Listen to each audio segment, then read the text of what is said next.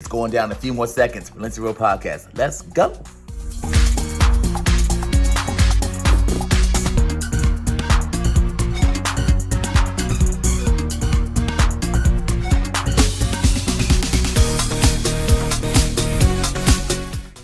What's up, fam? It's your boy, Dr. Mike, and it's almost that time to get real, raw, and relatable. Looking forward to talking to y'all soon. Peace.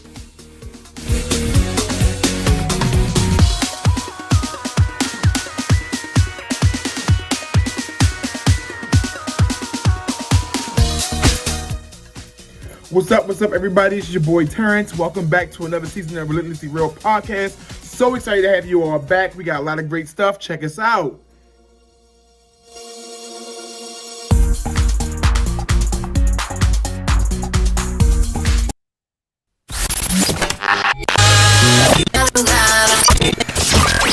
You're now listening to The Real. Man, I appreciate them dudes for talking about The Raw. Wait, they were talking about The Relatable. That's exactly what I've been going through. The Relentlessly Real Podcast.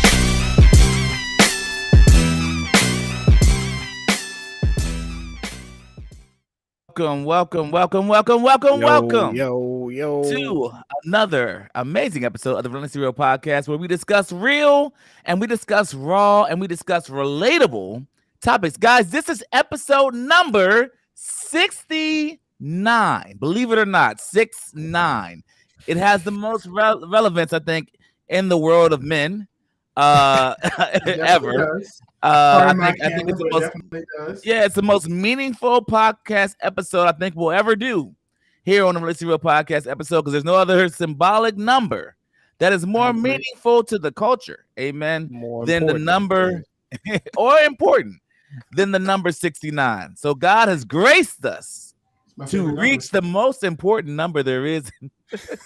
Don't bring God into this. Don't bring God in. Why not? He made the 69 for us. He okay. did. See, that's the problem with you Christians. Y'all don't want to act like God. You act like we surprising God when we do stuff. He's like, I didn't think you were gonna do all that. Yes, we did. He put that on our minds, and it's episode 69. So we're here. It's like God. Here. So you mean I could do yes, and I could do yes. What about yes? Yes. From the ceiling fan to the floor to the wall to wherever it goes. So we are at episode number 69, guys, and we are very excited about that. We have an actual thing. We have a couple things I'm excited. I can't wait to talk about. And so I really want to get past a lot of this stuff so we can hop right into the main topic for today. But what I will say is this. Here's my question of the day, and I'm not going to lie to you. It's not the traditional, like, funny, quirky. Is it a good one? It's going to be more of a deeper conversation than normal. And here it is. I'm not going to, waste a bunch of time. It says, in terms of your purpose and who you think you're supposed to become, do you think you're on track? No. You got to say why. You can't just say no. Yeah, and I'm trying to do Move on. no, and that's all I got to say. It's an interesting day, so I'm not going to go too deep. I just feel like I have allowed some things to get me off track this year, and kind of really got it off track even with just my walk with God. Yeah. And so I'm just one of the people where if I'm not walking with God, I'm not where I need to be. Yeah. And so if I'm answering that question, I think maybe career-wise, I can be on track, but none of that joint moves in sync if I'm not moving with God. Mm-hmm. And so that's just my personal feedback. And so trying to get myself back to that spot has been a difficult place. Yeah. It's really hard. Dr. Mike, it's hard not to be selfish about what you want and to be selfish about your needs, but at the same time concerned about what God needs you to do. And I'm not trying to be deep, but that's difficult because you really want what you want, and you feel like, you want what you want, and you want this to be checked for you. But realizing, if you're a believer, if you're not a believer, you can ignore everything I'm saying. Honestly, what I'm saying doesn't apply. It only applies if you're a believer. And at the core of who I am, I'm still a believer. And so That's my perspective. And so to kind of excuse me, piggyback on what you're saying about like being the core values of being a believer and purpose and things like that. It's one thing to be a believer, but it's also another thing to be a follower, like to actually be a disciple, right? Yeah. And when that comes to purpose, and this is not saying anything in reference to like how you value your purpose, where you are right now, but as a believer, I believe like, yeah, I believe in Jesus, but there are not a whole lot of followers out there to the point where they care about, you know, God's will for their life versus what they think their will should be. And what I've learned, at least like this year alone, as far as like my purpose in answering this question, is that I'm getting more aligned with like where God needed me to be. And I feel like I fought that for so long to the point where I'm just tired of fighting it. And that's kind of what that battle is going to end up being, man. Like we can sit back and push our own agendas all day long, but once you decide to become a follower of Christ, you can fight his will all day long. You can fight that purpose all day long and think you're supposed to be doing something else. But once you get in touch with whatever that purpose is that he has for your life, there's no going back. You won't feel comfortable. You won't like there's just going to be a certain level of uncomfortableness, if you will, or like just like, a lack in that sense, where once you get in touch with whatever that purpose is that God has for your life and you decide to stray away from it, man, it just throws everything off until you're back in alignment with it.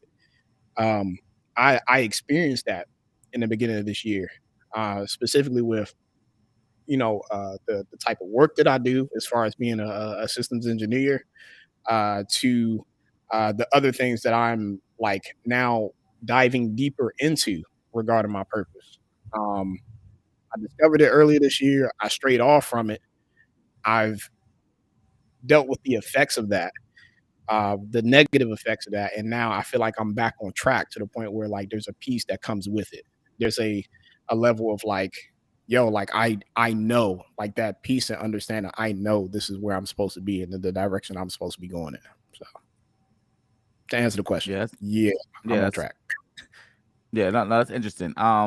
What I was listening to you, what you were saying, and so I don't have any pushback. I wouldn't even call it pushback. I agree with most of what you said, Mike. I think sometimes as Christians, we interpret difficulty as we're disaligned with our purpose too. And sometimes it is grueling towards your purpose. It is hard towards your purpose. And so we like to like state that the ease of a thing means it's kind of like okay, God, it's a God ordained move because it's easy or some sense of peace. And there is going to be peace, I think, in doing God's will, but I don't think it's always ease, right? It's not always. There's going to be pushback and there's development and some sense of maturation that happens throughout that. So I just wanted to speak to that part of it because I'm not even saying you were saying that. I'm saying that I think a lot of people say stuff like that, and it's like, oh, because it's easy. Oh man, that must be what God wants. It's like, nah, it's actually difficult. And I align myself with you a lot, what you said, Mike, because I was like, man, like you're right, like the whole pushback, the battle of it all, right?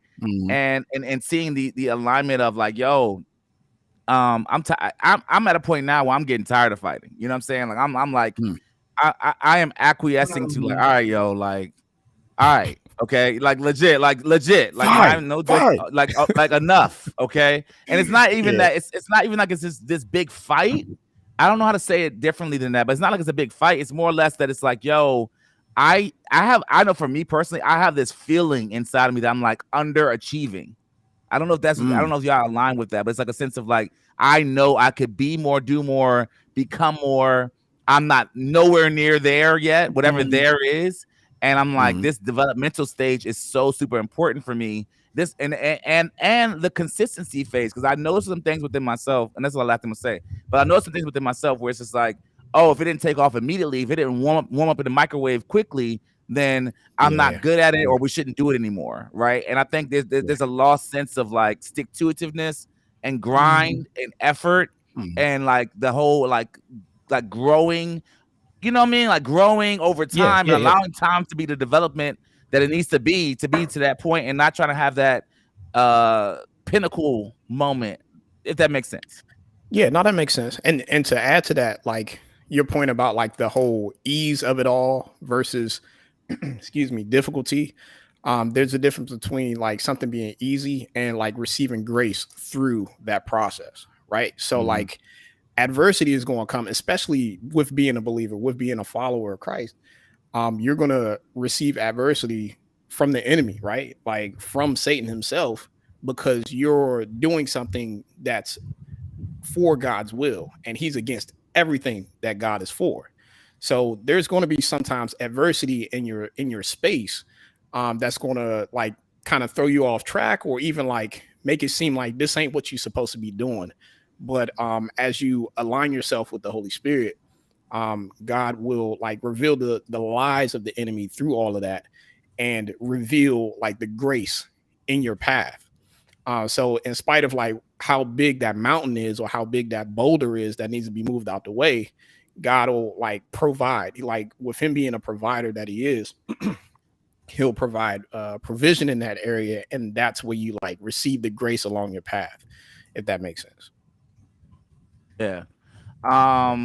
So the bottom line, I guess, with that, in terms of the overall, I don't know, position that I have, it's like with speaking to what Jamal was saying. He said being aware that you're off or out of alignment is a good place to be. Yeah. I also would even say I would take it a step further to say, yes, it is a good place to be, and also there's going to be a constant out of alignment that's always going to happen. There's never going to be a in alignment perfectly, otherwise you'd be dead and in heaven or whatever. So, like having that kind of grace to know that that's like it's going to always be. Okay, John. I'm just being real, like because you got to have grace with yourself. But I said there's always going to be something that's out of alignment, right? So but I think we like kind of make a big spotlight or like whatever on whatever the big thing is at the moment. But before that big thing happened at the moment, there were already a bunch of other things that you would trash at too. It's just that this one's just like more illuminated than the other things, right? So there's a lot of undercurrent things I think are happening too. That's like out at work, if you will, like that. You are always, just so you're clear, you're always a trash individual. You are always never worth it. Like in terms of like, you were never worthy enough ever, right? As a Christian, you are all filthy rags, right? We were all trash, right? It was just that God saw past, right? Any and all of that. To say, I wanna be able to have a relationship with you, So that was awesome. Facts. Shout out to Jam too, because Jam. Some like I have to give Jam Jam one of our listeners. If you listen to this podcast, one of our followers, Jam be dropping gems, even on his own personal stuff. And Jam with the gems. He don't know how wise he is, even him to be so young. He's like a 78-year-old man. He is, and I'd be so mad. Like if I had your wisdom at 12, I'd be so much further ahead. But no, he's not 12, guys. In all seriousness, he's actually in our age bracket. But he is true. Like the idea of grinding and the sense of but let's be real. This whole world is all about that mentality, that thing, right? And I really do, but I do also want to like give credit to the idea, and this is the last thing I'll say, we can move on. But the last thing I want to say is like I do want to give credit to the idea that there is effort though. Like God will meet your effort. Like you gotta put the work in. You can't expect the you know what I mean? Oh God, just miraculously make it all happen. I'm gonna be over here chilling until it does. Like I just want to like applaud the idea that no, you put the work in, you become excellent, and you seek out like how God's gonna develop that thing into the thing it needs to be. But I like we said at the beginning of this conversation, man, I am like, yo, God, I'm gonna stop fighting against the wind and just kind of resting with how you gonna make this all thing come like work out. Like there's a passion for a purpose. It's a reason that you put this thing inside of us, and we're gonna go after it at all costs. Jamal's like, not y'all making me old. Yes, we are making you old, man. You are a 92-year-old man. Every time I talk about you, I'm gonna say you're older. Every time I talk about it. It's so funny because I was watching wisdom. I was watching what's the pimp from Friday's name, the comedian? I don't know. You talking about Pinky? No, the pimp. Why I can't think of this comedian's name? Wait, was it not a pimp? With the squeaky voice. I don't know. I don't got nothing for you. I'm not. I'm sorry. What's his name? He would have got a drug problem too. He had a drug problem. Yep. May Williams. Cat Williams. God. Cat Williams. Cat Williams. Yeah. Come on, May Williams. We are. Who's May Williams? Somebody needs. First of all, we need to take some medicine because we are losing all brain powers right now. So, Cat Williams, go ahead. I was watching his stand-up. He's talking about Joe Biden and people complaining about Joe Biden. And every time he mentioned Joe Biden's age, this man is doing exactly what he's supposed to do. He is 93 years old, but every time he mentioned him, this man is 97 years old. Next joke, he is 99 years old. And that's exactly how Jamal is. That's exactly that's Jam. That's Jam in a nutshell. It's just his wisdom. Like he don't look like he's that old. All right. So guys, Terrence is gonna do our next Flick and Chill, and then we're gonna hop right into some great trending topics. Let's go ahead and hit that right now. I have to do this Netflix and Chill, and I'm gonna give no spoilers. Mm-hmm. Jordan Peele, nope, and it's a nope. And I know I don't normally give you all movies that like to just next flick. No, literally, I had to tell my mom, don't even waste the $5.99 on your senior citizen discount to go see this movie. It's just not good. It's not good. It's not good. And I think what makes it worse is that when you expect the movie to be really good because the director's previous product, and I always say it's never the director. It's never the actors, it's always the director. Well, the problem in this film was Jamal just bought ticket. Awkward.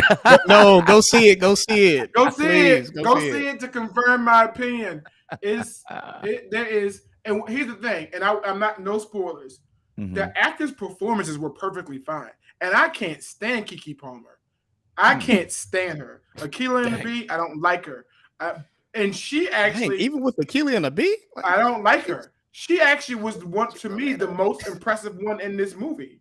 And so she actually impressed me with her acting a bit. I'm like, okay, maybe it was a little too hard on her. But it's just not well written. It's not well thought out. Yeah. There's some artistic things. I went back and watched articles of what he was trying to deliver. I don't think they actually hit what he was trying to deliver. And the thing is, even with his messaging, he's big on themes. And from an artistry standpoint, I appreciate artists who thinks about themes and what they're producing. I can appreciate your theme. I can see it. I can go back. Oh, that would be perfect. But the movie still has to be enjoyable. And it just was not. I would rather watch paint dry. Was it long? It was. Yes, it was. It's better than what you say. Put up in me earlier, but it's all good. Okay. The movie was just. It might have been like 2 hours. It just was. So one last person. Alicia said, "Is it scary at all?" It has scary moments. It has scary moments. Yeah, it just wasn't it. For you to go from Get Out. So let me not say this. Let me just say I'm prefacing because I have high expectations because of Get Out, Us, The Twilight Zone, things that he's produced, written, and directed. And for you to go from Get Out and then to Us, which was just phenomenal, and then this, it reminds me of M. Night Shyamalan's decline. After he did Sixth Sense, Unbreakable, what's the one with the alien? Signs, and then you did The Village and Lady Underwater and the one with Will Smith, and just like, and I'm hoping we're not witnessing the demise of him it just wasn't good, so don't. Okay. I mean, this was his first. Don't see it. This was his first, I guess, bad movie in your eyes, right? Like, I mean, he's only come out with 3 so far. It hasn't been that many. Yeah, he's 2 for 1. I mean, 2 for 3. Yeah, so he's good. It's good. It's good. It's fine. I'm okay with it being what it is. Guys, we're gonna move on. So listen, there's a big trending topic that happened that we want to hit before we get into the main topic. Pastor was robbed at gunpoint on a live stream in Brooklyn. And the question really is there no space that is even sacred? I have the footage of that right here, guys. It's crazy. Monday. All right. Police say 3 men entered the second-floor church space on Remsen Avenue in Canarsie. The bishop dropped to the ground, and the church live stream shows one man with a gun on the bishop and another removing his jewelry. Off camera, his wife, Bishop Asia Whitehead, says a gun was also held to her 8-month-old Brooklyn, who was in her arms.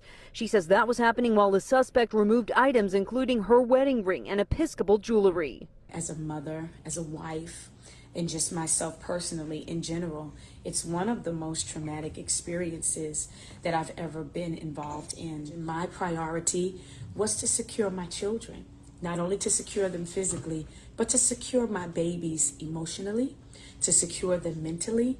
She says their 14-year-old daughter, Heaven, was also there and says she's okay. Right after the heist, the live stream shows frazzled congregants trying to leave. Police sources say there were 25 parishioners. Police sources tell us there was no security at the time. Monday, the bishop said he will bring in a therapist for the congregation, and he's giving the NYPD $50,000 to go towards information leading to finding the suspects. Let the Holy Spirit arrest them. Let the Holy Spirit, come on, do something in their mind that would prompt them to want to change their life. Sunday, Bishop Whitehead told us he does not take a salary from the church, and he believes his family was targeted because of the publicity he received back in May when he showed up in a Fendi suit to help turn in the suspect wanted in the fatal subway shooting of 48-year-old Daniel Enriquez. The media called me the bling bling bishop. The NYPD says the suspects fled on foot and got into a white Mercedes-Benz. Fortunately, no one was injured. In Canarsie, Brooklyn, Lisa Rosner, CBS 2 News. All right, so this brings up a very interesting conversation, and a multi-layered one at that, because there are certain things that I did not realize, and I will shout out Brian. He said, Brian Ajay, he says, shameless plug, any church looking for security plans, hit him up. And so you guys got his info right there on the live. But it brings up a multi-layered conversation, because he said one of the things I did not know, because there's some other footage. I'm not going to take the time to show it because we don't have time. We have other things we want to hit today. But there's other footage of him, like kind of, with his flamboyant outfit, Gucci, Fendi, whatever. Yeah. He got all these gear on, or whatever, right? and kind of flaunting this kind of lifestyle behavior. And then in that report, they just stated, he doesn't get paid from the church. So what makes me want to have this conversation is like, it's kind of two things. Like, of course, a person can make a salary outside of the church, and of course, a person can spend their money on whatever they choose to spend their money on, whenever that may be. It could be the Fendi, the Gucci, the whatever. So my question is it appropriate as a pastor to be clothed in that garment? To kind of, is that? I mean, I'm really asking. I'm not even trying to lead us towards a left or the right. I want to know from you guys, as people that are in the spiritual realm, like we all go to church, we all Christians, whatever. As far as you see it as within the Christian faith and what you believe biblically, is it appropriate for a pastor to be kind of clothed in these kind of garments? And obviously, because if he wasn't, this wouldn't even transpire at the church. I think it sends so I hate, and I got held accountable for this the other day. I don't like to. I wouldn't even say judge, because I think we are called, in a sense, we do have to judge. What I want to say is, I don't like Lisa. I don't know if it's an issue of appropriate. I think it sends the wrong message, and I'm always considerate about what message am I sending, what message am I communicating, in order to gather believers. And one of the things that, like, I hate quoting Trisha, but I think it was Paul's, is become all to win all, right? And so, if my goal in this climate is to gather more believers, I'm also have to be cognizant of me being flamboyant, there's a lot of hurt there's a lot of hurt in church with that kind of, like, the idea of the church making money and bishops making money at the expense of believers struggling. And so the message that's communicated by me flaunting it and flashing it and doing all these things, I think that's the issue that I have with it being an issue for me. However, I would say at that point, I'm an adult. I can just choose I won't go to your church. So that's the only issue I have. At the end of the day, I can just choose not to go to your church, and also need to understand that he needs to understand that fleas come with the dog. I'm not against anybody who has an opinion about this. You on social media flaunting and flexing. So you wanted the spotlight. You got to understand that judgment comes with the spotlight. I mean, like, what's the famous thing? Like, heavy is the head wears the crown. Yeah, so like you wear the crown, so it comes with all that. So whenever he gets flack, like he was going off, sir, that's what the spotlight calls for. You need to sit there and shut up and eat it, because you wanted the spotlight so bad. I got mad more at his reaction to the target, and reaction to the judgment, and reaction to, sir, that's what you was here for. What you think? You're gonna get that even when you don't flaunt, because you a pastor. So what you think you're gonna get when you put it out there to the world that you got all this money, you riding around with the top down flexing? What you think you're gonna get? I'm more mad about that rather than the fact that he actually has it. And so I just think at the end of the day, as an adult, you can choose to go to his church or choose not to go to his church. Let God deal with the rest of that part. I just think it does send the wrong message. It sends a message of not being authentic. And I think when your message becomes more about what your possessions versus more about who you possess, that's what I have an issue with. So I don't mean to cut you off. You good? Mm-hmm. Okay. So to your point, you mentioned possessions, and I think there's a scripture that talks about not to focus so much on the earthly things, but focus on the things that are above, right? Yeah. And I can see like the context behind that in reference to what you're talking about, like not being so focused on like the jewelry, the bling, and everything like that when it comes to, I don't know, like the things of this world versus like what you should be focusing on, your mission and all that other stuff, not necessarily how you look. At the same time, I think it was either Brian or Jamal. They brought up good points in reference to like the appropriation, or what's appropriate depends on like who's actually viewing and who's your audience. So, and I think Jamal might have mentioned like it depends on like your relationship with your congregation. So yeah, you decide to wear the chains and everything like that. Like how is that going to affect the people that you're trying to shepherd, right? What is the image that you're portraying, and ideology that you're portraying in reference to like, hey, this is the way that we should be walking. We should be caring about these things. We should be caring about how we look and all the jewelry that we have and everything like that. Like you should, as a leader, you should take that into consideration. And then that's how that salary from the church. It doesn't mean he doesn't get paid. He don't get it. Like they're very careful and crafty with his words. I don't take a salary from the church. Yeah, that's fine. I get that. That's the way that you can just not file taxes. I'm really like, but that's not even the main point to me. I mean, yeah, I'm curious as to what would be. I mean, what would be the mentality behind? I'm wearing high end, flashy, $400,000, whatever. That's going to, no matter who your congregation is. I don't know. We're saying appropriate to whatever congregation. I'm like, I don't know a congregation where that's like, oh, that's going to help me do what concerning Christ. I'm trying to figure out where that point is resting, because I don't see how. You said how? So watch this. I think there are certain congregations who that might benefit them. I think it's stupid. Just tell me how. I'm only asking how. Watch this. I can't answer for you how. I'm saying I can tell. I'm only answering that they might exist. I think it's stupid. I personally don't see the benefit of you. Like I don't see how a church, someone who operates like that, is using offering to way God intended. And this kind of goes into the Creflo Dollar thing, right? The whole Creflo Dollar, his whole thing that went on that was trending for maybe like a week and 2 weeks ago, prosperity right? preaching, prosperity preaching, because it has like symbolism of that same prosperity preaching, right? And so the issue is, I get that. I'm also very more mature, and I consider myself to be more spiritually mature, where I can see through all that. The issue is somebody else that's young, up and coming, will be like, oh, look what he got because God gave it to him and God blessed him with it. I could have it too if I just walk with God. So there is somebody like, I guess that's my problem. That's my problem.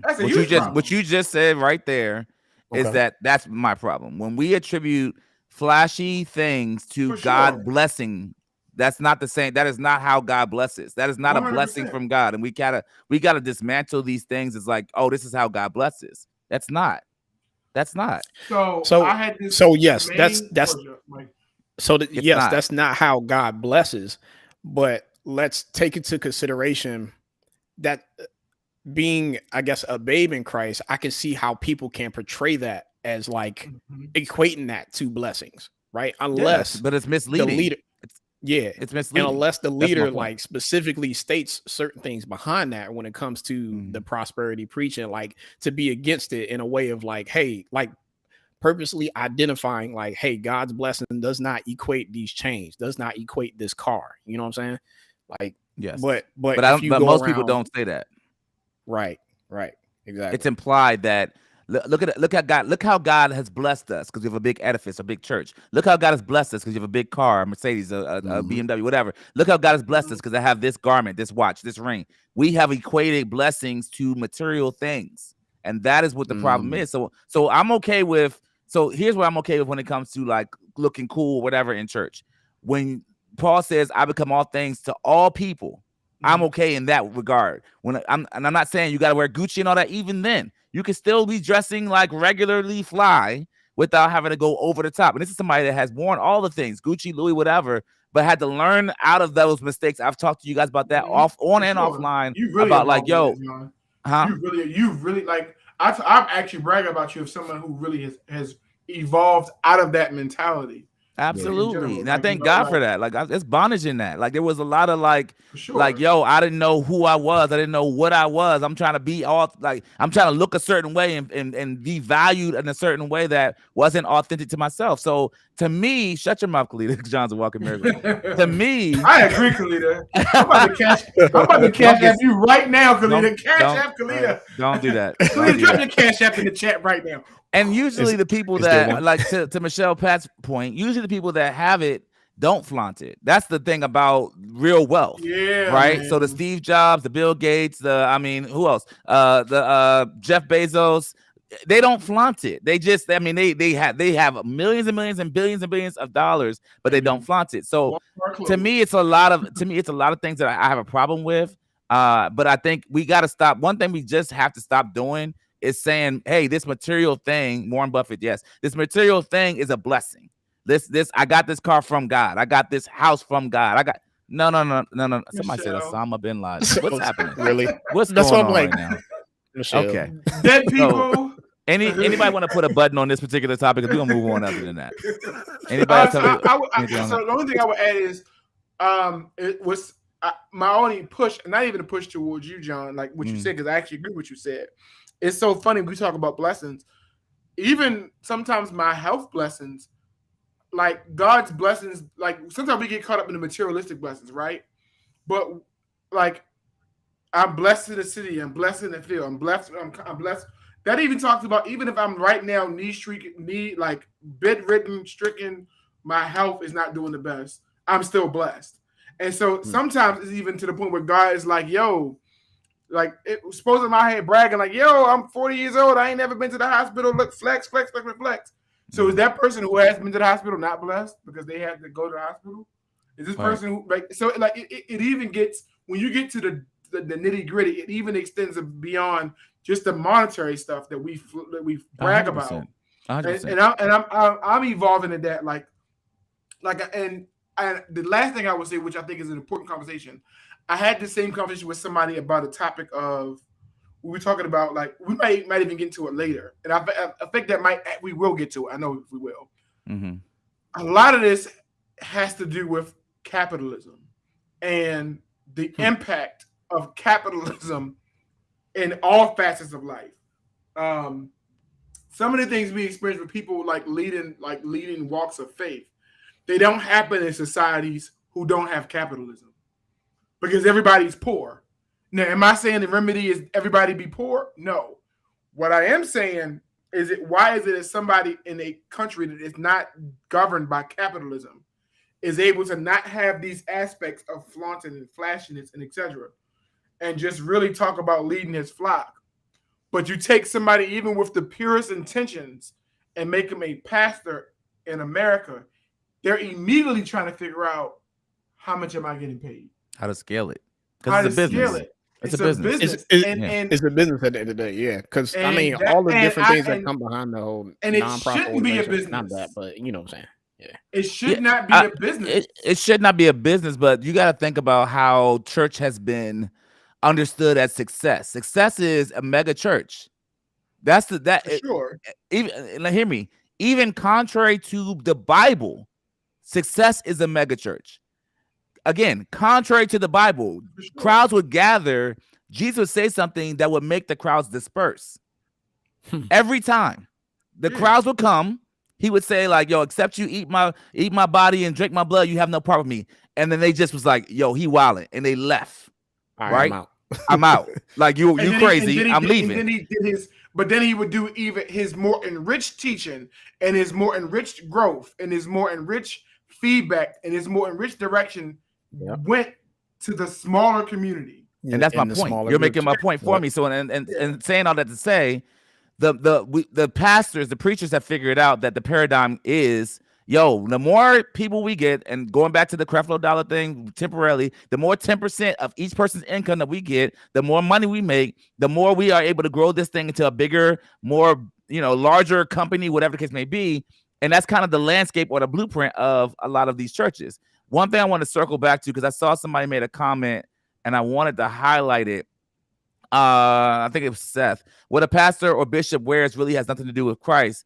And I disagree with that. Every preacher who wears that flashy stuff isn't necessarily a negative. It's all about what the people view it.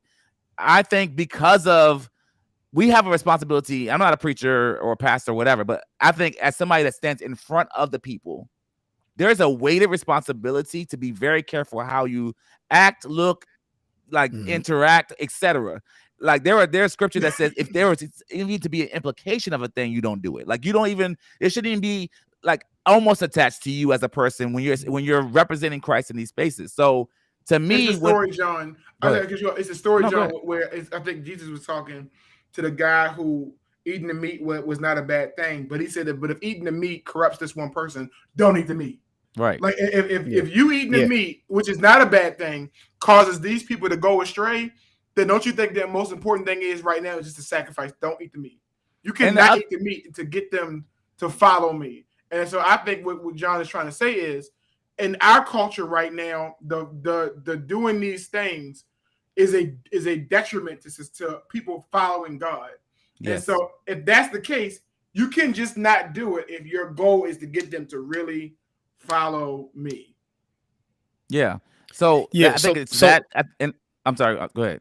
Go ahead, Mike. Yeah, and to that point, man, it's about like being able to die to self. Are you willing to die to self for the sake of the majority? Are you willing to die to self for the sake of giving God glory? Right. So I like these gold chains, or I like this fast car, or I like riding dirt bikes, or whatever the case. But is this thing going to benefit, the advancement of the church, the advancement of preaching the gospel and things like that? Like, is it going to be the benefit of that? And we got to be willing to die to that, to self. Absolutely. And frankly, if I'm in a church, if I go to a church and I see a pastor like that, I already know that I already have an inkling that there's a heart issue. There's going to be a tug of war there because money is that enticing. There's scripture in Matthew 19. I pulled it up. It says, again, I tell you, it is easier for a camel to go through the eye of a needle than for someone who is rich to enter the kingdom of God. Like, it's difficult because that thing can easily become your God. And that's what I think I would be more concerned about for that pastor or for that congregation, etc. When we start making the blessings more basically the blessings of what we worship and not the God that gave the blessings, supposedly blessings. I don't even want to get to the material thing again, but just that idea, it's problematic, and it really makes doctrinally it makes me concerned for that church. But as far as he's concerned and that topic's concerned, I just like, man, my heart does go out to nobody deserves to get robbed regardless of what they have on, right? Like, and even and more importantly, if he spends his money on whatever, that's up to him as well. But I would question, like, yo, what? Like, I think it's something to think of, like, yo, if you're in a leadership space, I would love to see someone that has it and doesn't flaunt it and show it, and has the discipline and shows the discipline of, like, yo, I have it. I just choose not to because of the weight that I have of being in front of these people. Mm-hmm. That's a good point. That's a good point. Yeah. And it also plagues the, let's be like, I'm just straight shooter. It also plagues the African American community. Let's call a spade a spade. Let's be real. Flaunting and flashing, and trying to be fly and trying to show how much you got. It has hurt the African American community more than any other community. They call it the hood rich mentality. Yeah, right? And so it's just like, to me, it's about that aspect alone. Like you have a responsibility as a pastor. You have a responsibility to lead people spiritually, but you also have a responsibility to lead people, like, even out when they walk outside of your four walls. And you showing them that lifestyle is like more things are caught than taught. You can teach me all these things, but what you're showing me is that the idea of success is when I have these things. You can't acquire and then flash these things, like flash the Gucci's, the Prada, the Bentley, the $300,000-$400,000 car, all this stuff like this. And here I am, somebody who can barely afford to pay my rent with whatever circumstance, and then think I want to attribute that as the idea of success. And if I don't have that, God is not provided for me. I don't care what you say. You've now shown me by your actions that God has not provided, because I do not have even a fragment of what you got. Yet, if people really dug into the word, this man who was the actually born, living, breathing Son of God was washing Bama's feet, and he was a carpenter. And I live my things. I live my stories through movies. And I don't know, one of my favorite movies is the Indiana Jones series. And the Indiana Jones series, you might, if you ever seen all three of them, and John, if you ever seen them, one of the ones was the one in the Last Crusade, when they were trying to find a cup that Jesus would have broke with, like would have carried, like his, the Last Supper, or whatever it was. It was the chalice of God. And the people were like, "Well, he's the Son of God. It would have had all these jewels. He's a king. He's a royalty." And they picked that, and the guy drunk it, and he immediately found out he died on the spot because he realized that was the wrong cup. But Indiana Jones, who knew his word, was like, "Yo, he was a carpenter. Like he wasn't here for that. His cup would have looked like that of a carpenter, and he would have been just fine because the cup would have still served its purpose." So it's just, to me, it's just realizing those things that what message are you sending when you do things? Because more things are caught than taught, And I agree with Seth on this comment here. He says, so when it's flashy, too flashy, because that's a slippery slope. Jordans to a certain group of Christians can be flaunting as well. I agree with the heart posture issue. It is just not simply if you have. So I agree with what you're saying, Seth. And here's what I'll say to this. I think it's an opinion thing, right? Obviously. But I would say we have to overemphasize what actual blessings are so that we take away the untruth of what it's become in the Black standard. Church. Yeah. Because I think even as you wear J's, you need to, to me, disregard. Hey, I'm wearing J's, but disregard that. That is not the point. My J's ain't the point, or my T-shirt, that whatever is not the point. That's not blessings. That's we gotta really educate literacy when it comes to the Bible, what blessings are and what just wearing clothes is. You know what I'm saying? The differentiation between the two. Right. Not because God didn't bless me with this. God blessed me with the resources, right? He gave me the money and I made the choice to buy this, whatever it is. And that's it. And that's and not over spiritualizing. That's it. God gave it to me, and I'm trying to learn how to steward well. Because that's what we're talking about too. Stewardship over my money.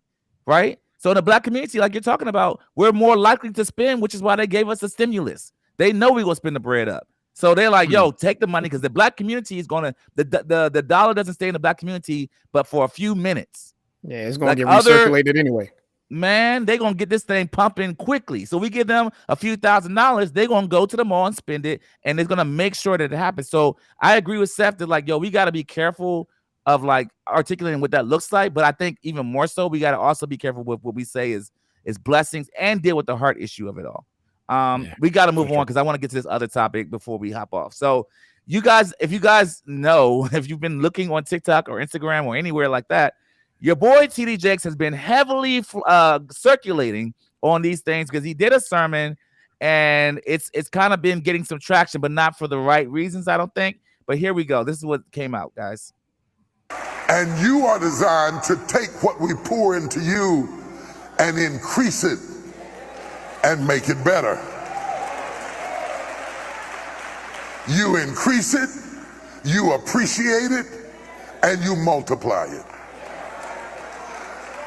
This breaks all sociological orders of the culture we're living in now, because we are raising up women to be men.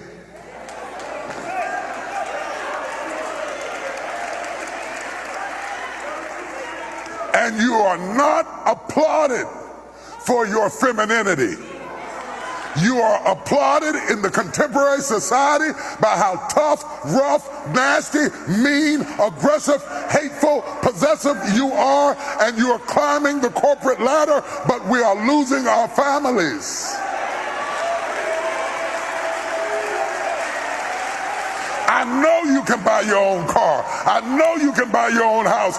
But until you create a need that I can pour into, I have no place in your life.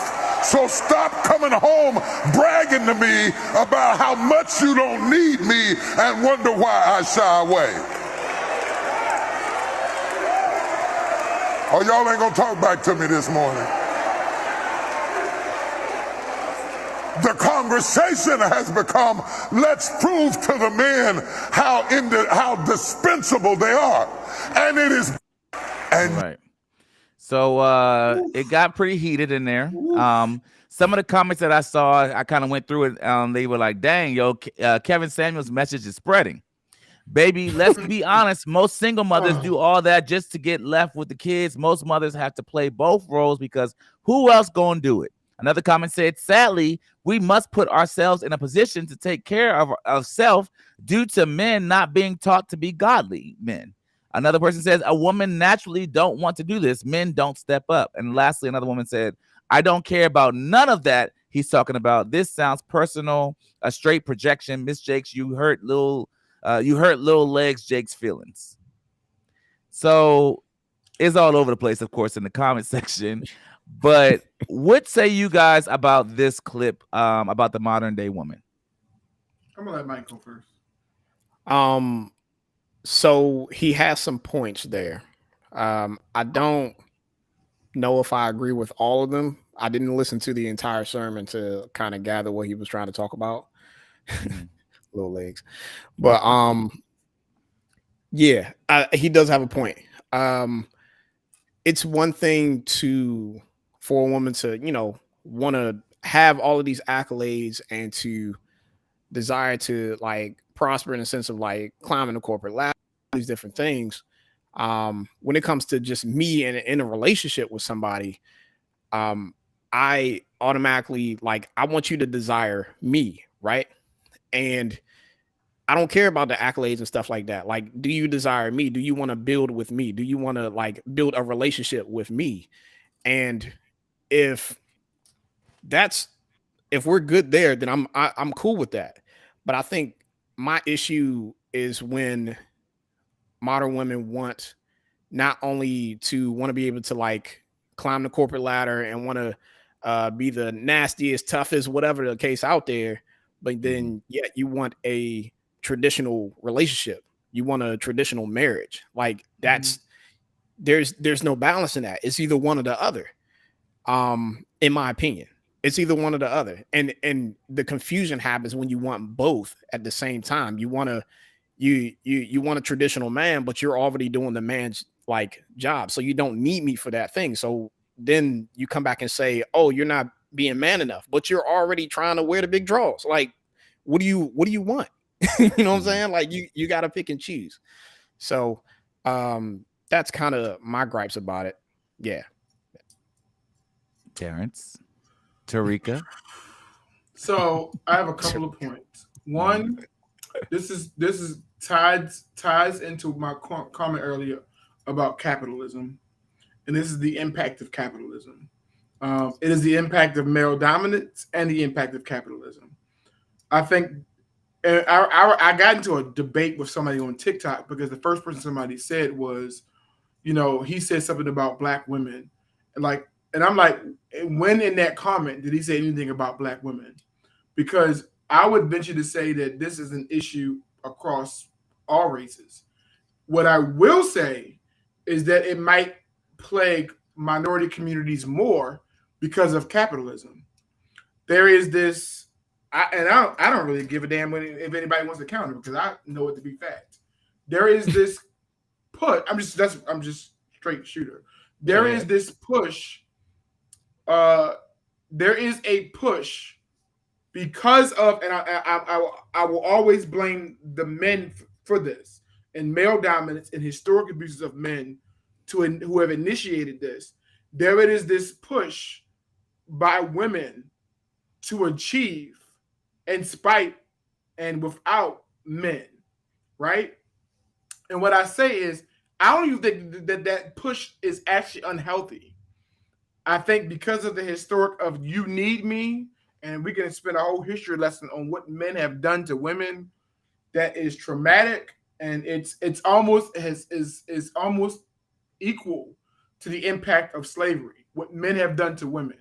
And I will always stand by. I'm not a feminist, but I will always stand by the impact of male dominance has irrevocable, if I'm saying the right word, has monumental impacts on how we move forward as a community. It is almost irreversible. It's almost like throwing a rock in the water and letting the ripples just go, right? And so I can't excuse that part of this blame has to fall on men. I don't want to hear anything different about it. With that being said, that's the issue. Capitalism has made that worse because there are now more opportunities for women to own property, to have high-paying jobs, to have materials, to have cars, to have jewelry, to buy my own stuff that I did not have access to that 30, 40, 50, 60, definitely 70, 80 years ago. I could even, I've even gone to the point where I've even talked to my wife and said, I don't even understand the historic idea of taking my last name, because even that is riddled in male dominance of you taking my last name. And people don't need, and some of that system does need to fall. It needs to fall because it's all about my dominance over you as a woman, that you have to take my name. And so even I ripped that apart, right? And so that's one aspect of it. The other aspect of it, okay, so we know how we got here, but who's the cause of us staying here? And I do 100% believe everything he said. I think as you're pushed to be, I'm not even going to say independent women, but you're pushed to want to have all and realize you don't need a man. You understand that men, we are natural fixers. We are natural problem solvers. We are natural.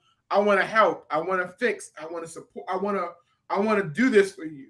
If you don't need me by default, I don't want you to dumb yourself down, but you need to understand by you not needing me, I'm naturally as a man going to gravitate to somebody who needs me. And if I gravitate there, you can't be like, oh, well, I just need to shut up. You need to understand that both parties need to fix this problem that is systematically tearing down our families. It needs to be both parties. What I hate is when one group says it's just the men, like the comments I saw. It's the men. It's the men. It's the men. Nah, chick, it's you two. It's absolutely you two. You need to pipe down a little bit. You need to tone it down a little bit because we don't care about your accolades. Like a real man doesn't care about all that you've acquired. Yes, it's helpful. It's beautiful when we can conquer things together as a team, but it's not going to keep me. It's just not. And I hate when you can't give the feedback. Like when I read those comments, I hate that you can't give the feedback. It's the lack of accountability it's the lack of, well, like some of the comments you read, John, well, I'm just, who's going to do it because the men ain't going to stand up. Yo, just listen. What is your part in this story? If we understand our part in this story that many, because I love this, John, if you don't mind me just going a little bit further, I'm going to be transparent. It's your show. Because I really want to be relentlessly real because this has plagued even my relationship in my current marriage. Okay. It has plagued my relationship. Like realizing that I need to step up more in regards, and I'm being transparent. My wife makes more than me, like etc. Being transparent, my wife makes more than me. I make a good salary, but my wife makes more than me, right? My wife, and I'm applauding her achieving. I want her to do all of that stuff. But I'm realizing that in that push of me pushing her to succeed more, I'm also allowing her to do more than might have been naturally designed by God for her to do. And so trying to find that balance has hindered because I'm allowing her space to do more. I'm now not taking over more in parts that God wants me to take over more. And so it is systematically almost literally in that aspect, really almost split us apart. And so trying to how to like to find a space to have that conversation of realizing like, yo, like no, I didn't mean to sit down and be quiet. I didn't mean to that. I did. I'm not scared. I didn't mean to be quiet. I mean, you have to. But Cleta, in that standpoint, in that, I'm let me be honest. Go ahead. I love when I have a little bit of drink because I'm really honest. Yes, me too. You females do not allow feedback. Like the giving feedback to you all and to saying that you don't do this well and I'm not gonna say all. It is difficult to sometimes give feedback that you don't do this well. And what I would say is, as women climb that corporate ladder, it becomes even more difficult. And so if you got it all, if you have it all, if I can't tell you that you need work in this area, I can't help because you don't think you need work in this area. While I tend to be someone who realizes, yo, I don't do this well. And I'm seeing comments, and it's immediately in those comments, it's the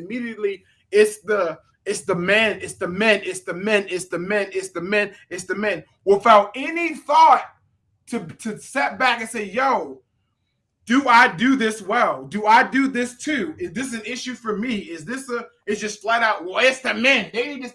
Cool. That's fine. That's cool.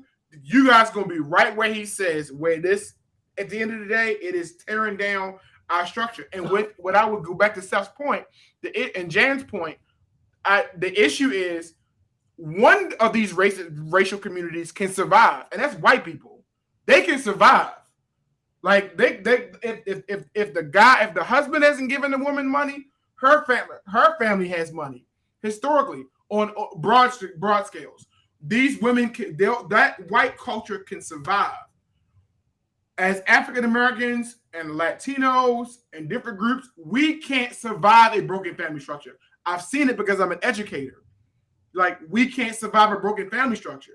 So when I see this idea tearing down families, it's important to me because I'm like, he doesn't say black women, black people, black women, black men, but I already can read to it that one of those groups is going to be, because of capitalism, is going to be systematically hurt worse because of that, and that's African Americans.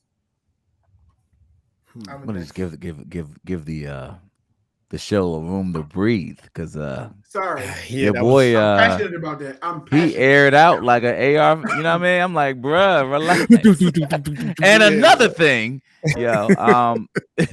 so this is a multifaceted conversation that we have to. I think as believers, we've definitely had to be more careful about what are we aligning ourselves to along these conversations. Okay.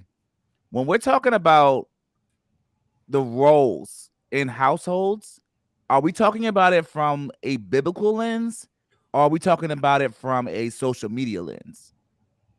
Because biblically, there are some scriptures that y'all don't like females, so y'all young ladies don't say females. You did, bro. Like 3 or 4 times. They said I can't say it. They said I can't say it. I just said Are you listening to me? I'm literally saying, I'm not saying females. I'm saying young ladies. But there are scriptures that speak directly to women being subservient, meek, quiet, right, and more dominating roles. And so I'm trying to say this as kindly and as properly as possible because I want us to have more respectful conversation. I'm not trying to say Terrence was in any way disrespectful. I think he was just letting off. But the bottom line is, when we're talking about these conversations, we got to figure out what lens are we speaking through. Because if we're talking about social media, that's social media. But if we're talking about through the biblical lens, and we're saying, yo, the role through the Bible and how men to women are supposed to interact, there's a certain, scripture says, like, wives, respect your husbands, right? And husbands, love your wives as Christ loves the church and lay himself down for it. So, it speaks kind of openly about that. So I disagree, Alicia. I just disagree. Can you Alicia, say what Alicia? I emphatically disagree. Hold on. T. Hold on. We got We got to tell because some people are going to hear this in their car. So she says, I think we're talking about through a cultural lens, and it's valid. Men are absent statistically. The men are not doing what they need to be doing, so the women got to do it. So the reason why I disagree with that is because I've had this experience having talked to some men, some men who grew up, and I can't say that's the case broad stroke. That comment implies that men just walked away and dropped the ball, right? So, in other words, okay, so if you're so that comment doesn't imply the idea of the men who've been taken away. Number one, men who've been taken away, ripped away from families, right? Men who have been thrown away, so taken away or thrown away, right? And so I get the idea of stepping up, but when you say stepping up, I mean, but what are you stepping up to do? Because I'm gonna push back on John's comment. I don't think that comment. I don't think that this is an issue that applies to believers. Like systematically, you don't think what's the issue? I don't think this issue of what you said is about believers only. That joint is just. So there are some things that if you're a believer, you have to follow, right? If you're a believer. There's some things where even if you don't believe, I don't care what you do or don't believe. God designed the world. God created man. God created woman. It doesn't really matter what you believe. God has given them certain innate abilities. And I will rip this to the shreds. If every man died on this planet right now, like something like even in general, it's the idea that women can do everything that a man can do and a man can do everything that a woman can do. It's not true. Like, can we just pause and stop and time out and whatever? We need each other. And so the idea of stepping up, you can step up all you want. You still can't do what I can do. If I we're talking about going beyond procreation here, right? Yeah, like, we're talking about we're going way beyond. But even if we stop, even if we might even stick with this procreation, I can't procreate. So by default, I need you, right? By default, I need you. Mm-hmm. And I hate bringing up KS. I do. Kevin but I will Samuels. say the one comment that he said that I agree with. Rest in peace. Yes, rest in peace. It's like when you think about the physical strength that it might take to build a home. If we rip this world back to its non-technological days, I'm going to play devil's advocate. Fighting off animals and building a home. How many women are going to do that? You're not supposed to. You're not supposed to. Like, that's our design. And it took me a while to end up to understand that that's literally what he designed me to protect. You're not designed to protect. So you can step up all you want. You're not designed to protect. And so, like, if I agree with Alicia that modern women have had to protect, which is why I said I shared my story, whatever it was. I shared my thing.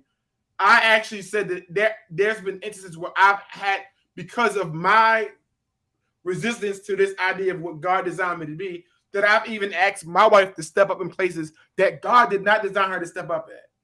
It didn't matter if she's a believer or not. She could be a Muslim. She could be Jewish. She could be atheist. It didn't really matter. God designed me to do this in this capacity, and God designed women to do this in this capacity. And if we are not doing it in that capacity, there's issues. And what I will always blame the men for is in that design, we men have abused it, which has led to what we see right now. And I will blame men. I don't blame women in any capacity. Some other people do. I don't blame women in any capacity for having the mindset that I got to be independent. I don't need a man. That is our fault. That is man's fault for not maximizing and conducting society and being stewards of women like we were designed to do. Capitalism is to blame for that. Don't get me wrong, because I would push to say that before capitalism and industrialization, the system kind of worked. Everybody kind of played their roles. But once capitalism set in and men started working outside of the community and traveling to work and traveling things, and women were not allowed to do those things, that's when we had the breakdown. So Alicia says, right, men are to blame, but then we I guess as women are dogged for being masculine. I don't get it. I agree. I don't like the Alicia. I'm just pushing back because I know the comments on me. I don't like the dogging you off for being too masculine. What I will say is, I have something to say to this while you think about. Because I want to be careful how I said it. Yeah, please do, because you've been going off. Really? I want to say, I don't think it's been that we have, or the world has forced. I think women haven't had a choice but to keep going along the successful journey because men haven't married them or dated them or whatever the case may be. A part of that argument is laid in that, like not saying that you're, you're chosen, right? Like somebody has to choose you to marry you, right? You don't just say, oh, you're gonna marry me, man. The man has to choose the woman. A lot of times, in a lot of situations, women just keep going along the trajectory of success because no man has chosen them yet. Like, what else is there to do? So, like, the way he framed it, I didn't love, because he was kind of saying we have kind of made women out to be this way. And I'm like, what other choices they really have if they have a bunch of time on their hands, if they're not dating and or married, and like, what else are they to do but succeed, honestly? But what he was saying, John, that I liked what he said, is he said that women via social media, I think social media, via movies, television, right now, women are celebrated. I like what he said about how angry and how, like, I think an extreme of anything is too much. And like, I do think Black Lives Matter, but an extreme of Black Lives Matter at some point could be too much. I do think that there is talking about burning down businesses. Yeah, like so Black Lives can matter, but if we've talked about this privately, Black Lives Matter, but when someone says, but black on black crime needs to stop and we need to take care of, no, Black lives need to matter. Shut up. No, we need to talk about the fact that, like, Lil Pookie down the street keeps robbing Lil Jimmy's corner store, who's also black, and he keeps stabbing him. We gotta have that conversation too. At that point, Black lives do matter, but Black lives don't matter to blacks, and we got to be able to have both conversations. And that's my whole point in this scenario is, and this is my pushback to the women, to whatever you want to say, is while I'm on women's side about how it is the men's fault, we have to be able to have the conversation, but that there are some systematic structures and some things that women do that also make this conversation difficult. Because while it is up to me to ride the corporate ladder, you cannot say that the idea is, if I don't need this guy, because I'm so successful, how do we not? So let me ask a question to a woman. Let me ask a question. If you financially can do everything you can possibly do, and I want you to be able to, you can buy your own house, you can buy your own car, you can do all this and do this, why do you need a man? I'm just going to flat out ask the question. Why do you need a man? What value is he now bringing? Why do you want or need a man? Why do you want that man? Why do you want or need a man if you can do all those things by yourself? Yeah, and I like I think that question deserves to be answered. And I want to get to you, Mike, because I know you had something that you wanted to add to this. But I just wanted to make a quick little point that he was talking about the family structure being demolished over time, and I think that's a worthwhile comment, at least, that it is true that the family dynamic is being dismantled over time due to the idea that we have to succeed in these spaces, and kind of, like, to Terrence's point, maximizing, like, yo, I got to do it to the fullest, I got to go all the way to the top. Well, with anything that you maximize in one area, you're going to, like, degrade or go down in another area, right? So if you're heavily shining towards success and going after it, then there's something that's going to suffer in that quest, right?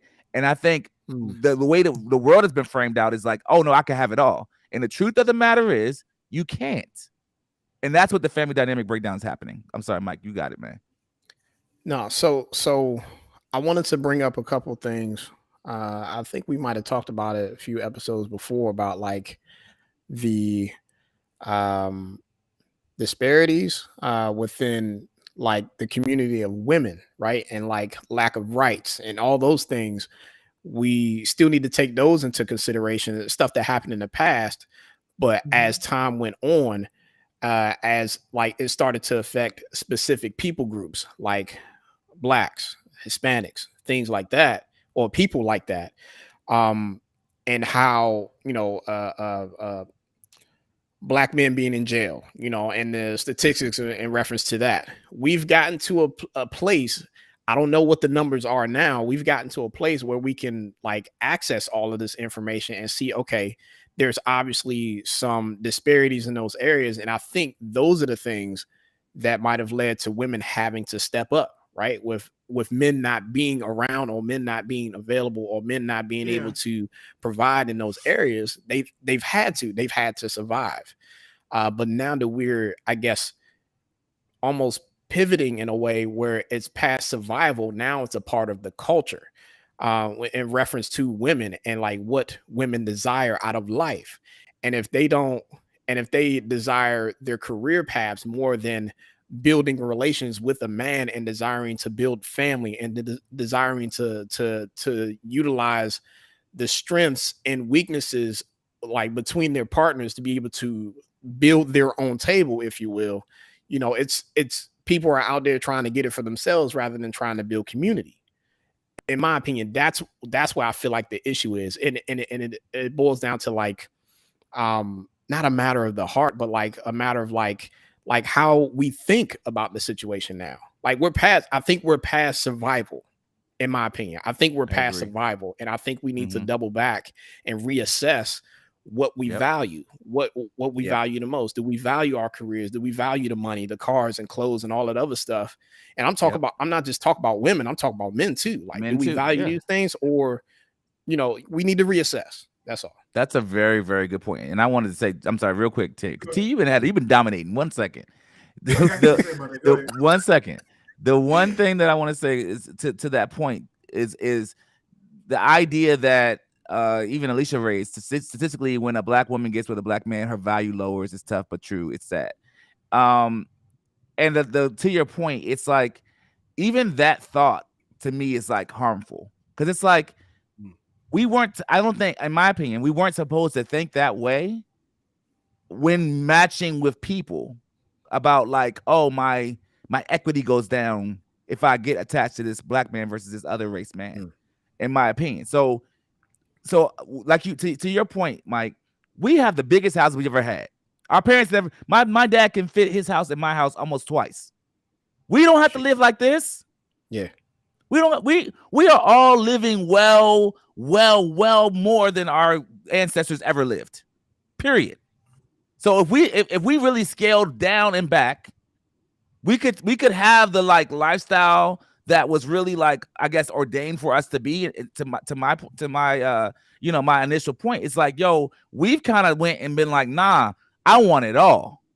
So I want you to have all the success. I want me to have all the success. And we want to take our successful whatever outcomes, incomes, because whatever you're saying that Tanisha makes more than you, T, you make a good salary. Amongst the black community, as far as black people go, that's a great salary. And people lived off of that singular salary before for years. And we have to stop acting like we are not in excess. We are in excess right now when it comes to how we live, think, and move. We are in excess. We need to, when he said earlier, pipe down, we all as a community need to pipe down and realize how much we're putting out to look like we have more. Pause. Can I add to that? It's not even look to have more. I'm gonna agree, but also challenge. It's not even look to have more. It is capitalism. I'm reading this word one more time. I'm reading this book about Jesus. Right? Word of the day is capitalism. It is. I'm reading this book about Jesus, right? And I'm diving into this book. I sit at my desk, I get into this book to try to learn more about Jesus, right? And I saw this point that reaffirmed something that I've been saying for a while. It was talking about Mary. And what he basically was saying was that when Mary got told that she was going to give birth to Jesus, she might have been at best 14. When she was betrothed to Joseph. Mike, help me out, Joseph. She might have been at best I know the Bible too. Yeah. Mike, help me out. I'm a believer. I gotta go up to I am a believer. Yes. Go ahead. She might have been at best 14, right? And I was doing some research, studying and saying how that was the general procedure at that time. that most times women were betrothed or the marriage was settled between the ages of 12 and 14, 12 and 16. That was the norm, right? Mm-hmm. Okay. And what I'm realizing, I had this epiphany, and I even posted about it, is that the idea of how much I'm going to make or what I'm going to have never plagued marriage couples until capitalism. It never even dawned on, I got to have this, you got to have this, so we can come together and make double our income until capitalism. It just wasn't a thought. It wasn't even first of all, number one, your economic role was already decided. If your dad was a farmer, his dad was a farmer, his dad was a farmer, 9 times out of 10, you're going to be a farmer. If she was a seamstress, her mom was a seamstress, his mom, you're going to be a seamstress. So the idea of how much I have to acquire or to succeed or to achieve was not even a thought.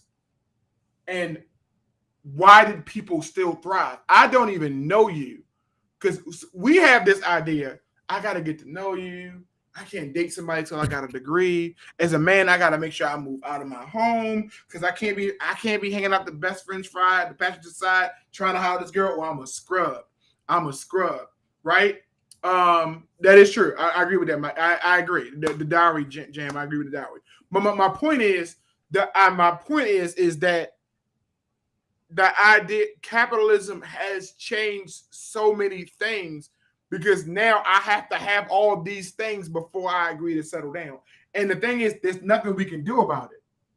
Cool. So I got a question to ask in the middle of this comment. Go ahead. For people that are in situations where the woman makes more than the man, should the woman give the man their salary? What do you mean? What do you mean? What do I mean? Like, so, giving their salary. What do you mean? Like, back in the day, they used to give their check away. You know, back in the day, it was years ago, that women would give their salary, their income, their income to men. Let me finish Can I finish my question? Jesus Christ. I didn't. Okay, well, you say you didn't understand. I'm trying to give you clarity, Negro. So I'm asking the reason I know, right? The reason I'm asking though is because you're saying capitalism is the key. That's the reason. That's the this. That's the that. So it would lend itself to believe that if you tackle the capitalistic mindsets, you start to chip away at the issue, the problem 100%. Of the dynamic that happens in male to female households. Because one of the things that kind of comes up is like, and even TD Jakes' video, is that we're dismantling the role of the husband or the man in the house, and a little bit of it is a byproduct of this modern day woman that's climbing this ladder. Mm-hmm. So how do we rectify is what I'm trying to understand. You can't.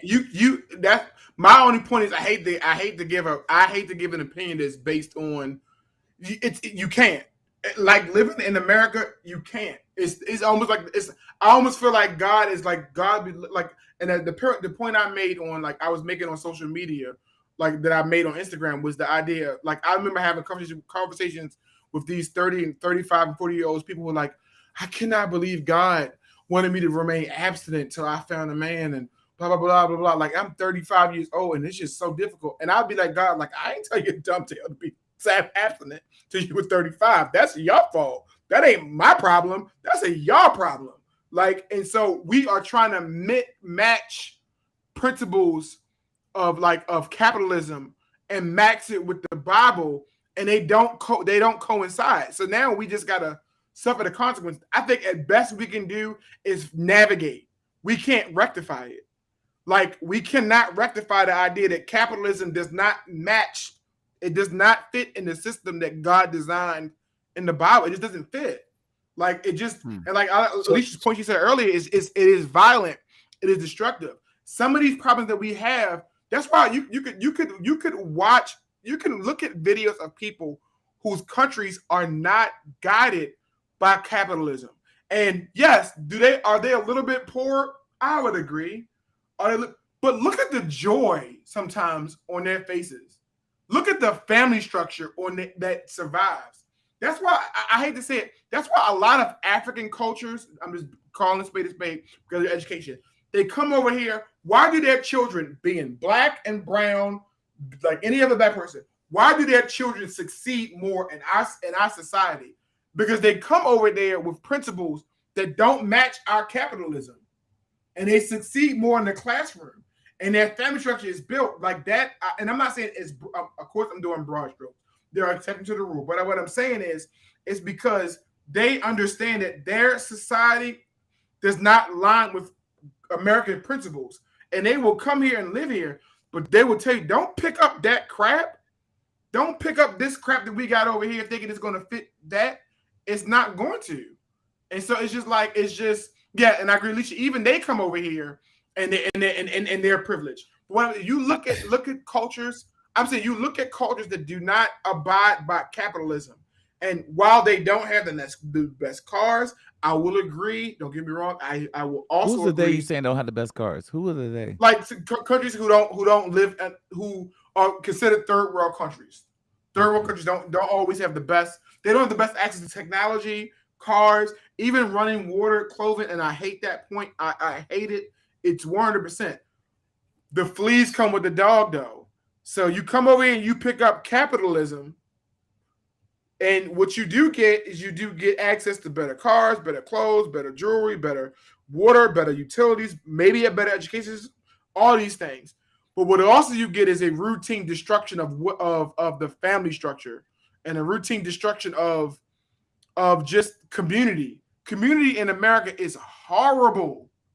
It's horrible.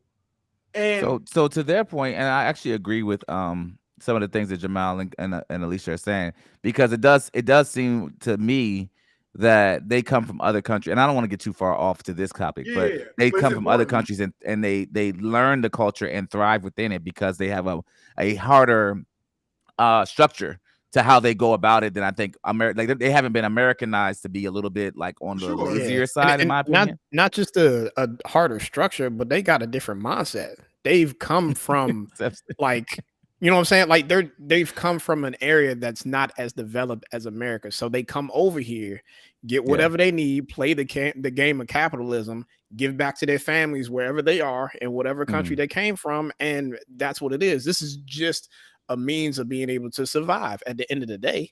Like that's what it turns out to be for most folks. I just want to say, and Steph had me cracking up because he said, ain't gonna hold y'all. Y'all have lost me, simple and plain. Thank y'all. Thank you for being super clear about that, Steph.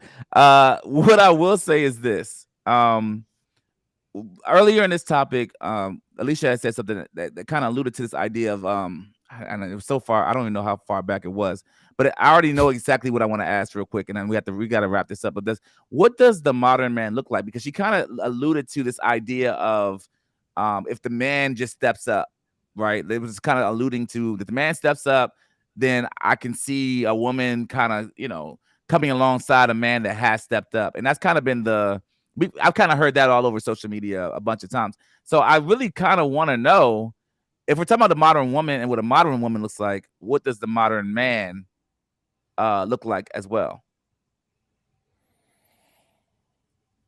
Like, is the modern man she said nurturer, provide. I mean, no, not she didn't say nurturer. I'm sorry. She said provider, protector, a lover, I believe was one other thing she said. And I agree.